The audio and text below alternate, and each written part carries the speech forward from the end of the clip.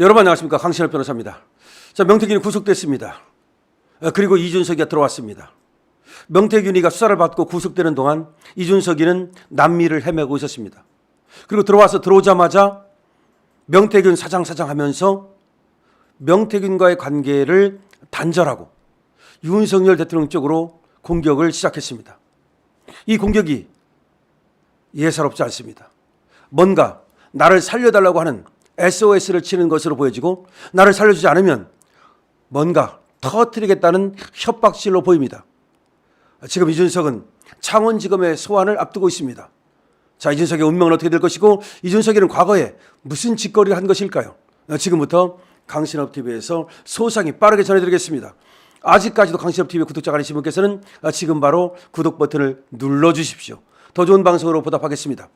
자, 여러분, 2021년 8월 8일 날 경북 안동에서 청년 토크 콘서트가 열립니다. 2021년 8월 8일입니다. 이때는 이준석이가 당대표로 당선된 지 2달 때입니다. 그런데 이때 이준석이가 여기에 참석합니다. 2021년 8월 8일 경북 안동의 청년 토크 콘서트. 근데 이 콘서트를 주최한 사람이 사업가 A씨입니다. 청년 토크 콘서트지만 청년들이 주최를 한 것이 아니라 청년은 말뿐이고 주최를 한 사람은 사업가입니다. 이 사업가는 청년이라는 이름을 붙여가지고 토크 콘서트를 만들고 거기에 이준석을 초청했던 겁니다. 그런데 처음에 초청을 받았던 이준석이가 시간이 겹친다 그러면서 거부를 합니다. 그래서 이 사업가가 명태균한테 얘기하니까, 그리고 명태균이가 이준석한테 전화를 거니까 이준석이가 시간을 조율한다면서 이 콘서트에 오게 됩니다. 자, 그래서 이 사업가는 이준석이가 온다는 말을 듣고 약 2억 원을 출연합니다. 그 2억 원을 바로 명태균이가 실질적 사장으로 있는 미래한국연구소 쪽에 운영비조로, 미래한국연구소의 운영비조로 2억 원을 줍니다. 그러니까 이준석이가 와서 뭔가 그 사업체가 이득을 봤다고 하는 것이죠. 그리고 여기에 3천만 원이 이준석의 출연료였답니다. 그런데 놀랍게도 이준석은 3천만 원을 안 받습니다. 그리고 2억 전체, 자기 3천만 원까지 포함해서 그 사업가가 내놨던 운영비 2억 전체가 미래한국연구소로 들어갑니다.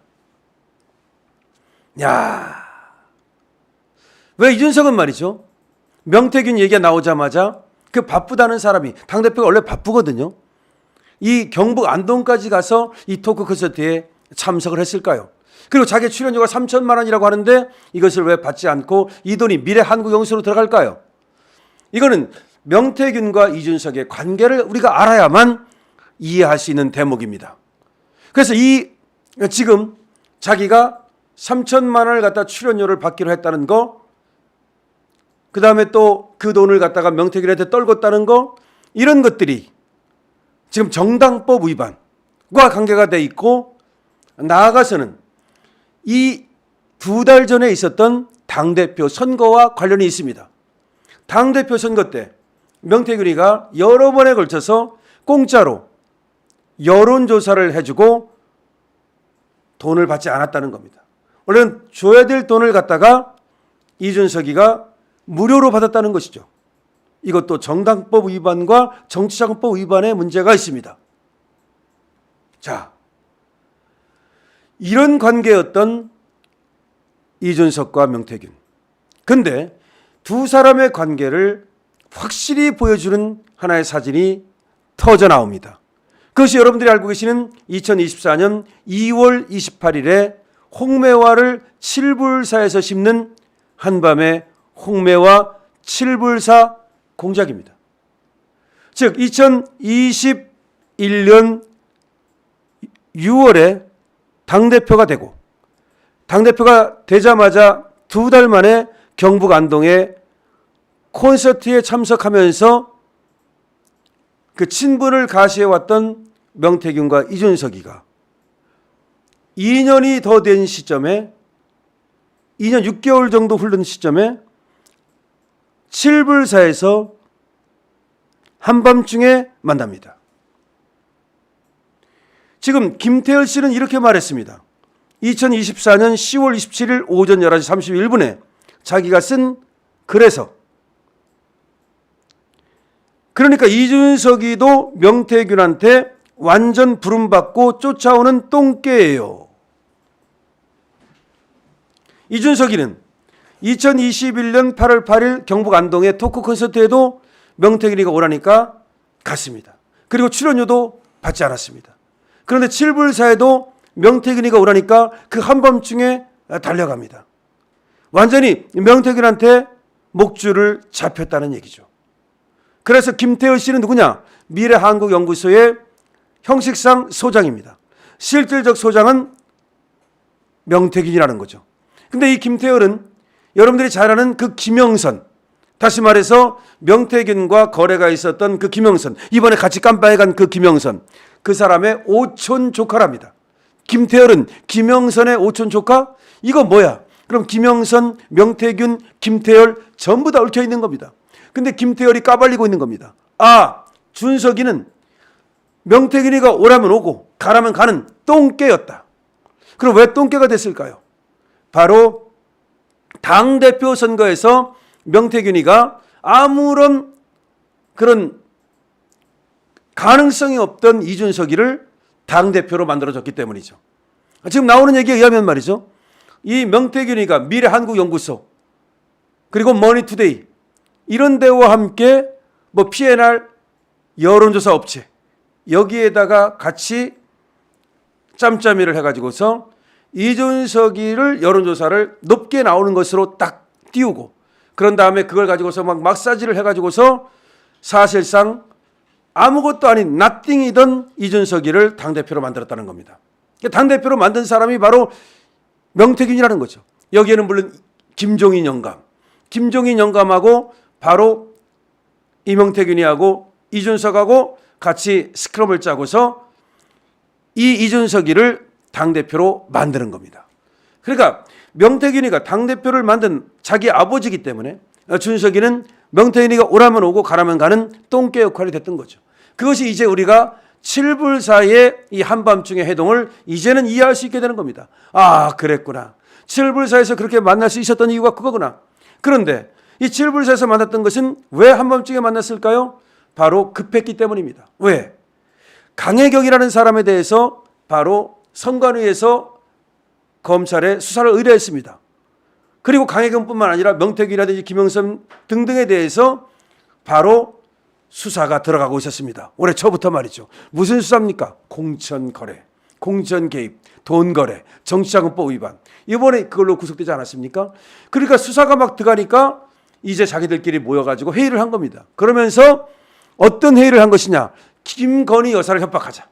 김건희 여사가 김영선 공천에 개입했다고 그렇게 만들어가지고 김건희 여사를 협박하자. 그리고 윤석열 대통령을 협박하자. 협박하면은 우리를 수사 안 하도록 검찰을 움직여줄 것이 아니냐. 이런 생각을 한 겁니다. 그러니까 이준석이가 얼마나 이게 한심한 놈입니까? 도대체 당대표를 했다는 놈이 도대체가 말이죠. 명태균 같은 놈하고 어울려가지고서 김건희 여사와 윤석열 대통령을 협박해가지고서 명태균의 정치 수사를, 명태균의 이 검찰 수사를 막아주자. 명태균의 검찰 수사를 막아주자. 그럼 왜 명태균의 검찰 수사를 막아주려고 했을까요? 명태균이가 달려가면 나도 달려갈 가능성이 있으니까. 바로 이것이 한밤중 홍매와 정치 공작의 실체인 겁니다. 자, 지금 이준석이는 들어오자마자 윤석열 대통령을 공격하고 있습니다. 이거는 윤석열 대통령을 협박하는 겁니다. 나를 봐달라는 겁니다. 나도 지금 창원지검에 끌려가게 생겼으니까 나를 구해달라는 하나의 아우성입니다. 하지만 필요 없습니다. 왜냐? 윤석열 대통령과 김건희 여사가 공천에 개입한 것이 없기 때문입니다. 여러분 어떻게 된 것이 아십니까?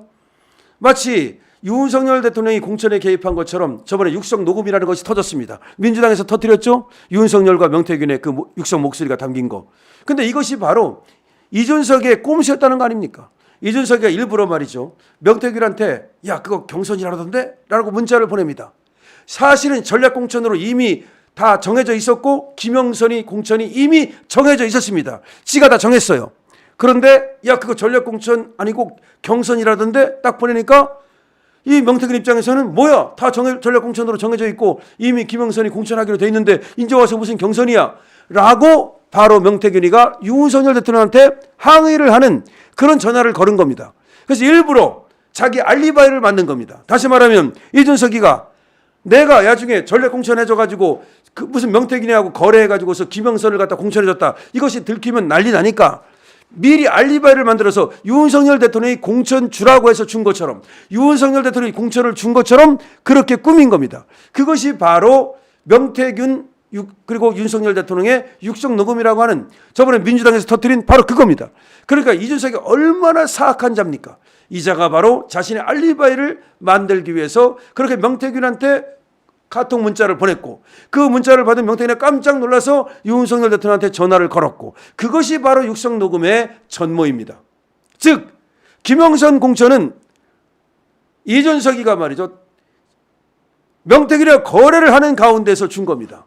근데 자기가 이제 이것이 들키고 자기 정당법 위반이라든지 정치자금법 위반이 드러날까 봐 지금 실드를 쳤던 겁니다. 그런데 모두가 실패한 겁니다.